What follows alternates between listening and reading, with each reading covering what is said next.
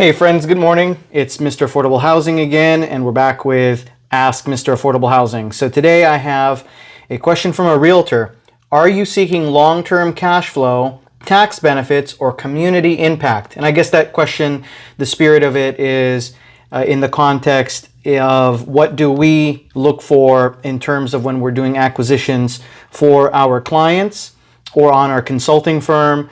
What do we more or less promote to our clients as one of the most successful applications of the subsidized housing model, or really any affordable housing model? And that is really, we go for the cash flow, particularly in our market, which is Los Angeles, the unfortunate homeless capital of the nation. And after doing this for over 10 years and working with the different subsidy providers, either at the nonprofit level or at the city or county level or federal level, when you're talking about the housing authority, that's HUD and Section 8. But when you're doing the affordable housing model or subsidized housing model, it's always going to be going after the cash flow. That was the whole birth of everything.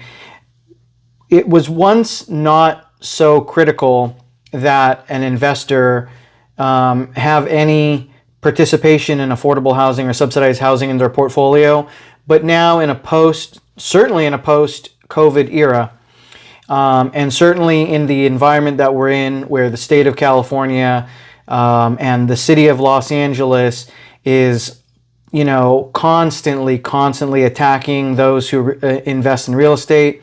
Like there's a new Senate bill right now that seeks to reduce rent increases across the board to 2% a year.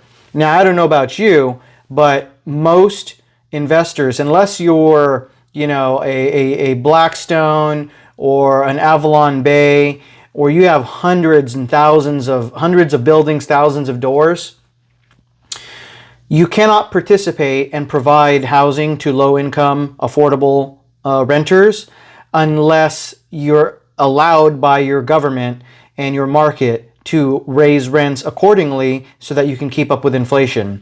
Everything in California is extremely expensive in our market, and the government keeps taking away the landlord's ability and the investor's ability to actually make money on the product that they provide to the public.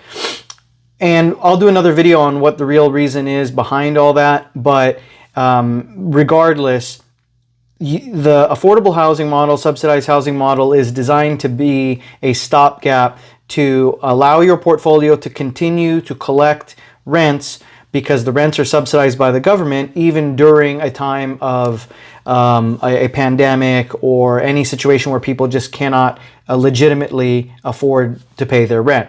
So the portfolio can then survive, thus being able to weather the storm, continue to provide housing for all the tenants, and then hopefully make it out on the other end. You do not need to make or to build a luxury apartment building for the homeless. The problem is that there are folks who are without housing who are dying on the streets. The solution is not necessarily a luxury apartment, although that would be great. You don't need to. It needs to be a C or B level that meet all safety criteria and are just a nice habitable place where you can make a mid-market rent, and then the person is set up for the best outcome possible. The portfolio and the investor can survive, and then the nonprofits and the government get to alleviate the issue of homelessness. So definitely go for cash flow.